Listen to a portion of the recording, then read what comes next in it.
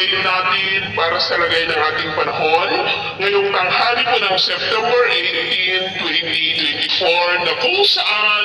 sa ngayon po ay dalawang bagyo pa rin ang patuloy na humahatak ng habagat na siya pa rin po ngayong nakaka-apekto sa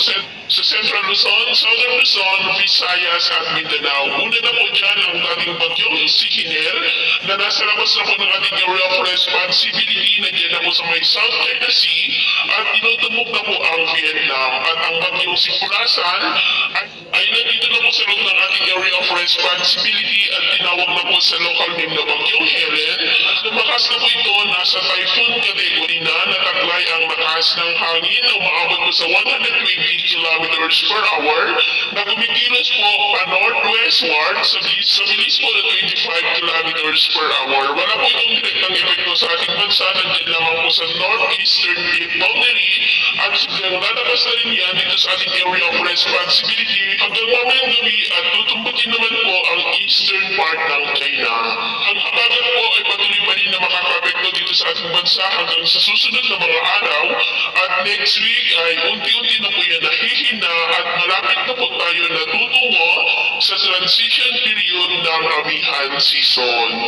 At ito nga pong pinapakita ng forecast model natin pong ginagamit hanggang po sa susunod na 2 linggo. At sa lagay ng ating panahon, ngayong tanghali po ay maayos pa rin ang panahon sa malaking bahagi ng ating bansa pero dahil pa rin sa habagat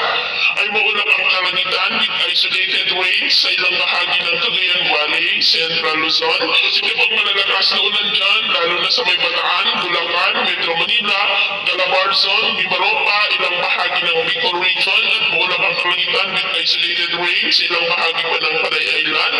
Negros, Cebu, Bohol, Leyte, Samar Provinces, Basilan at Zamboanga Peninsula.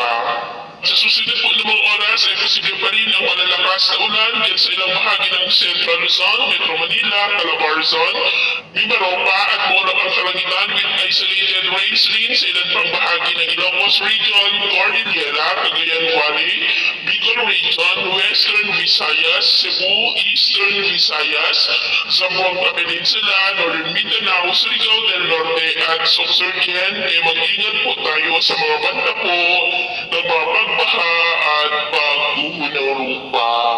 At sa ating naman po mga baybayin, dahil pa rin sa habagat, ay iwasan na po muna natin ang papalaot sa kanlurang baybayin po ng Southern Luzon at sa seaboard po ng extreme Northern Luzon dahil ang mga alon po ay posibleng aabot hanggang po sa 6 to 10 feet.